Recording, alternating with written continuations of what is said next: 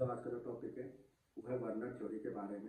Werner theory का मतलब ये है कि जो वर्नर साइंटिस्ट थे उन्होंने कोऑर्डिनेशन कंपाउंड को डिस्कवर किया था, यानी उनकी खोज की थी। तो वर्नर थ्योरी जो है बेसिकली कोऑर्डिनेट कंपाउंड के ऊपर लगती है। और वर्नर थ्योरी में क्या क्या पॉइंट्स हैं जो आपको याद करने हैं, देखें। वर्नर के अकॉर्डिंग जो वैलेंसी होती है वो दो टाइप की होती है। एक तो होती है प्राइमरी वैलेंसी और एक होती है सेकेंडरी वैलेंसी। अब प्राइमरी वैलेंसी और सेकेंडरी वैलेंसी में क्या क्या पॉइंट्स हैं जो आपको याद करने हैं, फिर हम उसको एक्सप्लेन करेंगे कि यहाँ पर ये पॉइंट्स कैसे कैसे किसी भी कंपाउंड के ऊपर लगेंगे। तो प्राइमरी वैलेंसी का मतलब है ये बताती है ऑक्सीडेशन नंबर ऑफ मेटल, यानी जो कोऑर्डिनेट कंपाउंड होगा उसमें मेटल का जो ऑक्सीडेशन नंबर होगा वो बताएगा कौन, प्राइमरी वैलेंसी। सेकेंडरी जो होती है ये बताती है coordination number of metal in coordinate compound, यानी मेटल का कोऑर्डिनेशन नंबर बताएगी। सेकंड हम बात करते हैं तो जो प्राइमरी वैलेंसी होती है ये सेटिस्फाइड होती हैं बाय नेगेटिव लिगेंड ओनली, यानी प्राइमरी वैलेंसी जो होती हैं वो सिर्फ नेगेटिव लिगेंड से सेटिस्फाइड होती हैं, जबकि सेकेंडरी वैलेंसी जो होती हैं ये सेटिस्फाइड होती हैं negative ligand as well as neutral ligand. यहाँ पे न्यूट्रल लिगेंड का मतलब है कि ऐसे लिगेंड जिनके पास माइनस का चार्ज तो है ही, और साथ साथ में अगर उनके पास लोन पेयर भी हो, मतलब अगर माइनस का चार्ज नहीं है और लोन पेयर हो तो उससे भी ये सेटिस्फाइड हो जाएगी। तीसरी बात करते हैं तो प्राइमरी वैलेंसी जो होती हैं दे आर आयोनाइजेबल, यानी आयोनाइज हो जाती हैं, जबकि इसकी बात करें तो ये नॉन आयोनाइजेबल होती हैं। लास्ट पॉइंट की बात करें फोर्थ, तो फोर्थ पॉइंट ये है कि जो प्राइमरी वैलेंसी होती हैं ये नॉन डायरेक्शनल होती हैं, यानी इनका कोई डायरेक्शन नहीं होता, जबकि सेकेंडरी की बात करते हैं तो ये वैलेंसी जो होती हैं वो डायरेक्शनल होती हैं। तो ये हो गए वर्नर थ्योरी के पॉइंट्स, यानी वैलेंसी के टाइप्स। 4 पॉइंट इस साइड है, 4 पॉइंट इस साइड है। तो मैं एक कंपाउंड लेता हूँ, उस कंपाउंड को लेके सारी चीज़ों को आपको एक्सप्लेन करता हूँ। जैसे मान लो हमारे पास है कंपाउंड CONH3 का O6 अब यहाँ पे सबको आता होगा मेटल का चार्ज फाइंड आउट करना। तो मेटल इसमें पहला होता है, लिगेंड इसमें सेकंड होता है। तो मेटल हमारे पास हो गया X, अमोनिया का चार्ज होता है 0, तो 6 इंटू 0 0 हो गया, तो इजिकल टू में 3 पॉजिटिव, यानी ऑक्सीडेशन नंबर मेटल में कितना आया है, 3 आया है। बट अगर यही कंपाउंड में बाहर में 3 प्लस की जगह 3 Cl ले लूँ तो इसका मतलब है एक Cl पर -1 होता है तो 3 Cl पर -3 होगा, इस पर -3 होगा तो इस पर +3 होगा, तो ओवरऑल कोबाल्ट का चार्ज +3 ही आ जाएगा। पर ये चार्ज किसने दिया है, ये चार्ज इस Cl ने दिया है। सबको पता है कि एक मॉलिक्यूल में एक पॉजिटिव होता है और एक नेगेटिव होता है, तो इस पर 3 पॉजिटिव तभी आएगा जब बाहर कौन होगा, नेगेटिव होगा। इसका मतलब इसने इस मेटल के ऑक्सीडेशन नंबर को बताया +3, इसका मतलब ये प्राइमरी वैलेंसी हुई। तो मैं इसको शॉर्ट में लिख रहा हूँ P और V। तो प्राइमरी वैलेंसी यानी Cl इस मेटल के ऑक्सीडेशन नंबर को बताती है। अब बात करते हैं कोबाल्ट का कोऑर्डिनेशन नंबर कितना होगा। तो सबको पता है जितने लिगेंड होते हैं उतना ही कोऑर्डिनेशन नंबर होता है। तो कोबाल्ट के साथ जो लिगेंड है वो कितने हैं, 6। इसका मतलब इसका कोऑर्डिनेशन नंबर कितना हुआ, 6। तो सेकेंडरी वैलेंसी बताती है कोऑर्डिनेशन नंबर ऑफ मेटल, इसका मतलब अमोनिया 6 है, तो अमोनिया कौन हुआ, सेकेंडरी वैलेंसी, यानी मैंने इसको S और B लिख लिया। तो यहाँ तक बात आपको समझ में आई होगी कि फर्स्ट पॉइंट और इसका फर्स्ट पॉइंट। अब बात करते हैं सेकंड पॉइंट की। तो प्राइमरी वैलेंसी कैसी होती है, satisfied by negative ligand only. तो प्राइमरी वैलेंसी में Cl के पास -1 चार्ज होता है, सबको पता है, तो ये सेटिस्फाइड हो गया। बात करते हैं सेकेंडरी वैलेंसी कैसी होनी चाहिए, satisfied negative ligand as well as neutral ligand. तो NH3 की बात करते हैं, इस पर प्लस का मतलब इस पर माइनस का चार्ज तो है नहीं, पर NH3 में N के पास लोन पेयर होता है, इसका मतलब ये सेकेंडरी वैलेंसी का काम कर सकता है। Point number 3, ionisable.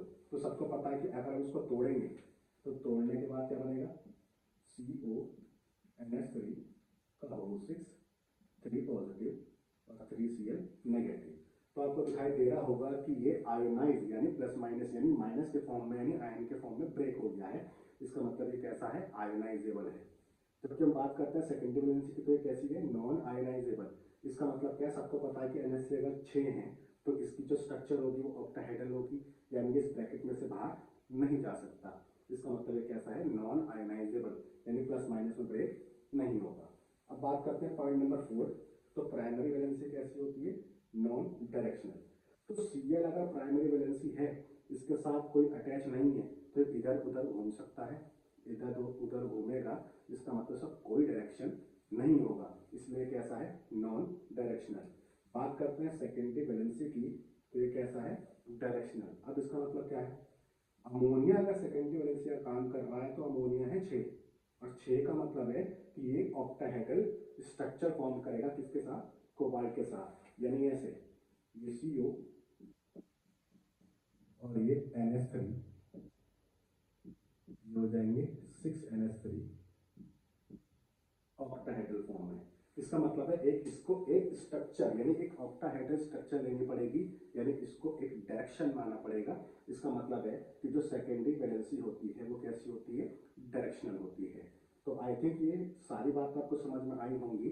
ये सारे पॉइंट्स इस कोऑर्डिनेट कंपाउंड को बताने में या उसको समझाने में कैपेबल हैं। अब बात करते हैं कि वर्नर ने कैसे कैसे कंपाउंड बनाए, यानी ये जो मैंने एग्जाम्पल लिखा है, इस एग्जाम्पल से कैसे कैसे कंपाउंड बनाए जा सकते हैं वो देखते हैं, और फिर उनमें प्राइमरी और सेकेंडरी वैलेंसी कैसे चेक करते हैं देखें। तो पहला हो गया हमारे पास CO NH3 का O6 Cl3। सबको पता लग गया ये कौन है, प्राइमरी वैलेंसी पहला। ये कौन है, सेकेंडरी वैलेंसी।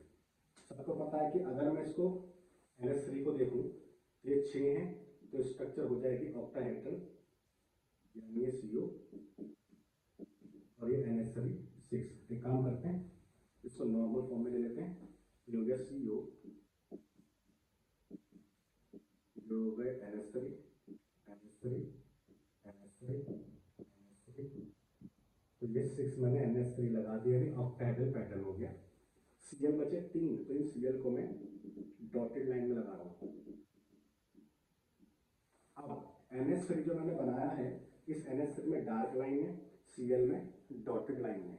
तो डॉटेड लाइन जो है ये बताती है किसे, ये बताती है प्राइमरी वैलेंसी को, और जो NH3 में जो डार्क लाइन है ये बताती है सेकेंडरी वैलेंसी को। तो इस कंपाउंड का जो स्ट्रक्चर होता है वो ऐसा होता है। अब इससे हम और क्या स्ट्रक्चर बना सकते हैं, एक Cl अंदर एक NH3 को बाहर कर दे तो नया कोऑर्डिनेट कंपाउंड हमें ये मिल सकता है, NH3 का होल 5 Cl। एक Cl अंदर तो एक NH3 बाहर आ गए, तो NH3 बच गए 5, Cl बाहर कितने बच गए, 2। तो जो NH3 बाहर निकला है वो हमने मान लिया क्योंकि फिलहाल बाहर ही है।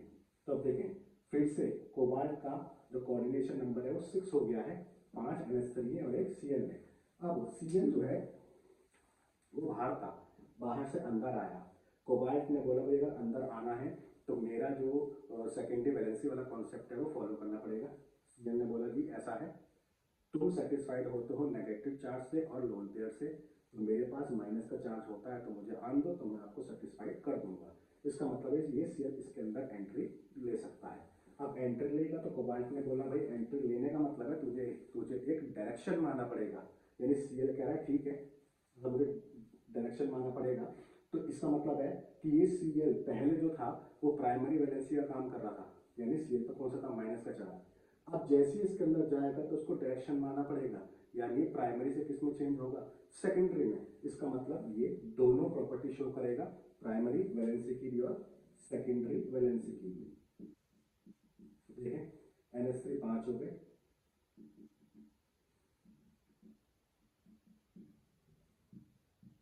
ये 5, और एक कौन हो गया Cl, तेरा Cl। अब ये Cl जैसे एंट्री करता है तो ये सेकेंडरी वैलेंसी का काम तो करेगा, बट Cl कह रहा है मेरे पास माइनस का चार्ज भी होता है तो मैं प्राइमरी वैलेंसी का भी काम कर सकता हूँ, तो मेरे में डॉटेड लाइन भी लगाई जाए। तो डॉटेड लाइन का मतलब प्राइमरी वैलेंसी। Cl बचे बाहर 2, तो ये 2 हैं और क्योंकि बाहर हैं तो इसका मतलब है सेकेंडरी का काम नहीं करेंगे, प्राइमरी का काम करेंगे। तो इन दोनों Cl को मैं डॉटेड लाइन से शो कर सकता हूँ। ऐसे। तो यहाँ सिर्फ ये दोनों सीएल प्राइमरी वैलेंसी का काम करेंगे। अब देखें तीसरा ये बन सकता है कि अगर एक सेल और अंदर आ जाए तो एक NH3 और बाहर आ जाएगा, तो न्यू कंपाउंड क्या बनेगा, CO NH3 का होल 4 Cl2 और Cl। तो अब आपको पैटर्न समझ में आ गया होगा कि स्ट्रक्चर ड्रॉ कैसे करेंगे। ये वाला Cl प्राइमरी सेकेंडरी दोनों वैलेंसी शो करेगा, बाहर वाला सिर्फ और सिर्फ प्राइमरी वैलेंसी शो करेगा। ये हो गया CO, ये हो गई NH3 और ये NH3, दो हो गए हमारे पास Cl। तो ये दोनों Cl ये प्राइमरी के साथ साथ सेकेंडरी भी है, तो डॉटेड लाइन भी आएगी और यहाँ भी डॉटेड लाइन आएगी। बचा का ये वाला Cl, तो ये वाला Cl प्राइमरी वैलेंसी शो करता है, तो सिर्फ सिर्फ डॉटेड लाइन आएगी। नेक्स्ट हम लास्ट बात करें तो लास्ट में आपके पास कौन आ जाएगा, एक Cl बच रहा है बस। तो फिर से एक Cl की एंट्री अंदर और NH3 बाहर, तो ये क्या बन जाएगा, CO NH3 का थ्राइस Cl3। अब देखें तीनों Cl हैं, तो सिंपल सी बात है अगर तीनों Cl हैं तो ये प्राइमरी और सेकेंडरी दोनों काम करेंगे। तो ये Cl Cl Cl dotted line dotted line dotted line और बाकी ये NH3। तो ये कंपाउंड्स हो गए सारे किसके, जो वर्णन ने दिए हैं। सबके स्ट्रक्चर मैंने आपको बता दिए, प्राइमरी और सेकेंडरी वैलेंसी क्या होती है वो भी आपको मैंने समझा दिया है। अब बात आती है कि क्वेश्चंस कैसे सॉल्व करेंगे। अब क्वेश्चंस कैसे आएंगे तो वो भी देखें। बोर्ड के लिए इंपॉर्टेंट टॉपिक है, चाहे CBSE बोर्ड हो चाहे फिर यूपी बोर्ड हो। देखें क्वेश्चन मान लो पहला आपके पास दिया है कि आपके पास है 1 मोल CO.6NH3.3Cl और ये आपको बोला जा रहा है कि जब इस 1 मोल कंपाउंड की रिएक्शन हम करते हैं, सपोज करें 3 मोल AgNO3 के साथ, तो 3 मोल AgCl का प्रेसिपिटेट प्राप्त होता है, यानी PPT बनता है। तो आपको बताना है कि वो कोऑर्डिनेट कंपाउंड जो बना है उसका फॉर्मूला क्या होगा। अब सुने, Ag की कैपेबिलिटी होती है Cl को पकड़ने की, क्योंकि जो प्रेसिपिटेट बना है वो किसका बना है, Cl का। अब ये सबने पढ़ा होगा कि ब्रैकेट के अंदर की चीजें जो है वो बाहर नहीं जाती, यानी ब्रेक नहीं होती। ब्रैकेट के बाद में जो होगा वो ब्रेक हो जाता है, यानी वो बाहर निकल सकता है। तो अगर इस Ag ने Cl को पकड़ा होगा तभी तो AgCl बना होगा। और कितना बना है, 3 मोल। इसका मतलब जरूर 3 Cl बाहर होंगे। ये 3 Cl बाहर होंगे तभी 3 Ag पकड़ेंगे और 3 AgCl का PPT बन जाएगा। इसका मतलब बचा कुचा जो भी होगा वो ब्रैकेट के अंदर होगा। तो ब्रैकेट के अंदर क्या होगा, ये मेटल है तो पहले हमेशा मेटल लिखते हैं। NH3 लिगेंड है कितने 6, तो फिर हम लिगेंड लिख लेते हैं NH3 का होल 6। ये इसका फाइनल आंसर हो गया। ऐसे सेम मान लेते हैं आपके पास दिया है 1 मोल CO.5NH3.Cl यानी 3Cl और इस केस में आपके पास जो बना है वो बना है 2 मोल AgNO3 लेंगे तो 2 मोल AgCl का प्रेसिपिटेट बनता है। तो आपको बताना है कि फॉर्मूला क्या होगा। तो आप देख सकते हैं कि ये दोनों क्वेश्चन का पैटर्न लगभग एक जैसा ही है, बस दोनों में अंतर क्या आ रहा है वो देखें। आपको फोकस रखना है इसके ऊपर और इसके ऊपर। देखें 3 मोल AgNO3 लिए थे तो AgCl के 3 मोल प्रेसिपिटेट बने। तो यहाँ से शॉर्ट एंड ट्रिक है, जितना भी AgCl बनेगा उतना ही Cl बाहर है, इसका मतलब कहने का ये है। ठीक है, शॉर्ट एंड ट्रिक है, जितने Cl बाहर होंगे उतने का ही प्रेसिपिटेट बनेगा, यानी उतने ही Cl आपको बाहर रखने हैं। देखें इस केस में 2 मोल AgNO3 था तो 2 मोल AgCl का प्रेसिपिटेट बना। तो यहाँ से समझ में आता है कि 2 Cl जो है वो बाहर है, तो बचा कुचा अंदर होगा। अंदर क्या बचा, CO NH3 कितने 5, Cl 3 थे, 2 तो बाहर ही है, इसका मतलब एक Cl कहाँ होगा, अंदर होगा। तो इसका मतलब ये फाइनल आंसर हो गया। ऐसे मान लो आपको दिया गया है क्वेश्चन कि 1 मोल आपके पास है CO.4NH3.3Cl।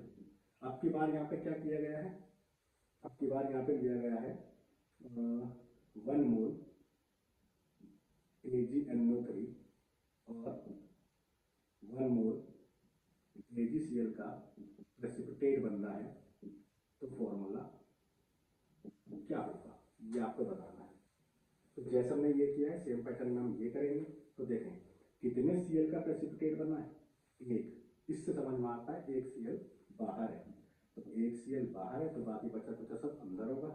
अंदर क्या क्या बचा, CO, NH3 कितने हैं 4, तो NH3 का होल 4, Cl 3 थे, 3 में से एक तो बाहर ले लिया हमने, बचे कितने 2, तो ये हमारे पास फाइनल आंसर हो गया। तो आप देख सकते हो सभी केस में कोऑर्डिनेशन नंबर 6 ही है। कोऑर्डिनेशन नंबर का मतलब होता है नंबर ऑफ लिगेंड कितने हैं, तो यहाँ पे नंबर ऑफ लिगेंड 6 हैं, तो कोऑर्डिनेशन नंबर 6, 5 ये हैं, एक ये है 6, और इसके बाद 4 ये हैं, 2 ये हैं 6। तो इस तरीके से आप वर्नर पर बेस्ड क्वेश्चन सॉल्व कर सकते हो। और किस टाइप के क्वेश्चन आ सकते हैं वर्नर पर बेस्ड,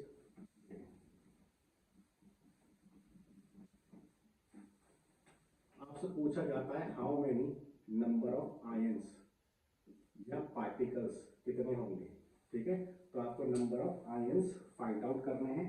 जैसे पहला जो आपको दिया गया है वो दिया गया है CONH3 का होल 6 Cl3, दूसरा CONH3 का होल 5 Cl2, तीसरा CONH3 का होल 4 Cl2 और Cl, चौथा CONH3 का होल थ्राइस Cl3। तो आपको ये फाइंड आउट करना है कि नंबर ऑफ आयंस कितने मिलेंगे। अब आयंस का मतलब होता है प्लस माइनस के चार्ज की बात हो रही है। पहले वाले को देखें, इसको अगर मैं ब्रेक करूंगा तो क्या बनेगा, CONH3 का होल 6 प्लस Cl 3 है तो 3Cl माइनस, 3 माइनस है तो 3 प्लस हो जाएगा। तो ध्यान से देखें, Cl के आगे 3 है और इस ब्रैकेट के आगे 1 है, तो 3 और 1 4, यानी इस पहले वाले में नंबर ऑफ आयंस 4 मिलेंगे। सेम यहाँ जो Cl 2 है, अब हम जो है प्रॉपर मेथड से नहीं कर रहे, प्रॉपर मेथड ये है, हम शॉर्टकट से कर रहे हैं। Cl 2 है, पूरा ब्रैकेट 1 है, टोटल हो गए 3, Cl 1 है, पूरा ब्रैकेट 1 है, तो टोटल हो गए 2। अब यहाँ बात करते हैं तो ब्रैकेट के आगे कुछ नहीं है, इसका मतलब ये प्लस माइनस में नहीं टूटेगा, तो इसका आयंस जो है वो 0 माना जाएगा। तो आई होप ये पूरी वीडियो आपको समझ में आई होगी, वर्नर का कॉन्सेप्ट समझ में आया होगा। तो इस टाइप की वीडियो देखने के लिए